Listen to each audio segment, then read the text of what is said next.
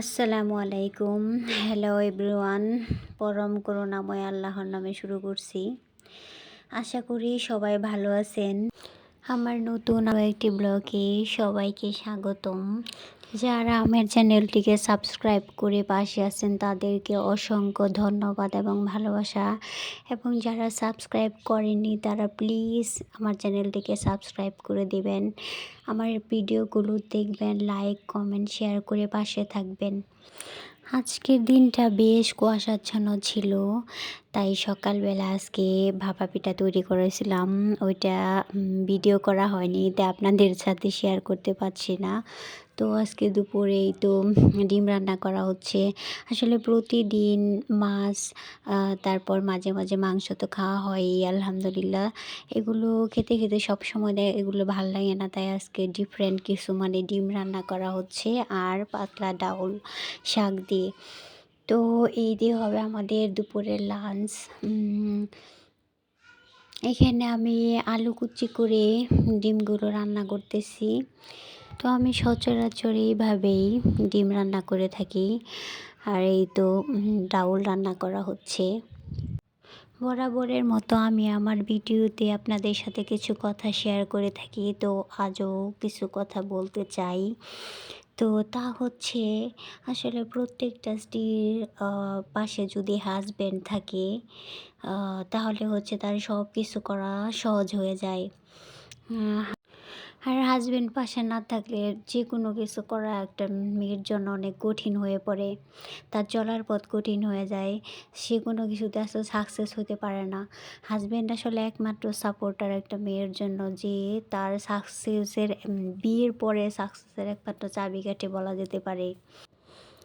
হোক পড়াশোনা শেষ করা, কিংবা একটা চাকরি নেওয়া, কিংবা একটা বিজনেসের ক্ষেত্রে, যে কোনো ক্ষেত্রেই হাজব্যান্ড যদি সহযোগিতা করে তাহলে অনেকটাই সহজ হয়ে যায় সেই মেয়ের জন্য।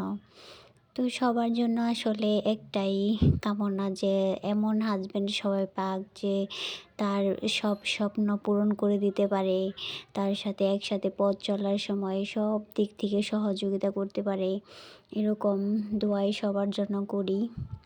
যদি স্বামী স্ত্রীর মধ্যে বোঝাপড়া না থাকে, ভালো আন্ডারস্ট্যান্ডিং না থাকে, তাহলে তাদের সাংসারিক জীবন অনেক কঠিন হয়ে পড়ে। প্রত্যেকটা ক্ষেত্রে চলাফেরা সব কিছুতেই সেই স্ত্রীর হিমশিম খাইতে হয়, অপমানিত হইতে হয়, অবহেলিত হইতে হয়। তার স্বামীর বাড়ির সবার কাছে লাঞ্ছনার শিকার হইতে হয়। আর যদি হাজবেন্ড আসলে সেই স্ত্রীর পাশে থাকে তাহলে দেখা যায় যে তার এরকম কোনো কিছুই ফেস করতে হয় না, কারোর কাছ থেকে কোনো অপমানিত হইতে হয় না, তার একটা সম্মান থাকে। তাই আসলে আমাদের প্রত্যেক স্বামী স্ত্রীর আসলে দুজনেরই উচিত একে অপরকে বোঝা, একে অপরের চলার পথে সহযোগিতা করা, সাপোর্ট করা, যাতে দুজনেই তাদের স্বপ্নগুলো পূরণ করতে পারে। পরিবার সমাজে মাথা উঁচু করে দাঁড়াতে পারে, কারো কাছে হেয় হইতে না হয়, অপমানিত হইতে না হয়। তো রান্না শেষ করে তো বাচ্চাকে খাইয়ে ঘরটা ঝাড়ু দিয়ে নিলাম, সাথে ফার্নিচারগুলো পরিষ্কার করে নিচ্ছি। ফার্নিচারগুলো 2-3 দিন মোছা হয় নাই, তাই দেখা গেছে যে অনেক ময়লা পড়ে গেছে। এই ফার্নিচারগুলো আসলে এই যে ফাঁকাগুলোতে দেখা যায় অনেক ময়লা জমে যায়, তাই 1-2 দিন পর পরে মুছতে হয়, কিংবা প্রতিদিন মুছলে একটু ভালো থাকে, ভালো দেখা যায়। তো আমি এগুলো ভালো করে ডিপ ক্লিন করে নিচ্ছিলাম, সাথে ফ্রিজের উপরের সাইডটাও ক্লিন করে নিচ্ছিলাম। তারপর আমার হাতে বানানো শোপিসগুলো ক্লিন করে নিচ্ছিলাম। এরপর পানির ফিল্টারটাও পরিষ্কার করে নিলাম, একটু উপরের সাইডটা মুছে নিলাম। আসলে সব কিছু পরিপাটি থাকলে মনটাও বেশ ভালো থাকে, রংচঙে থাকে। তাই যথাসাধ্য চেষ্টা করি সব কিছু ক্লিন করে রাখার।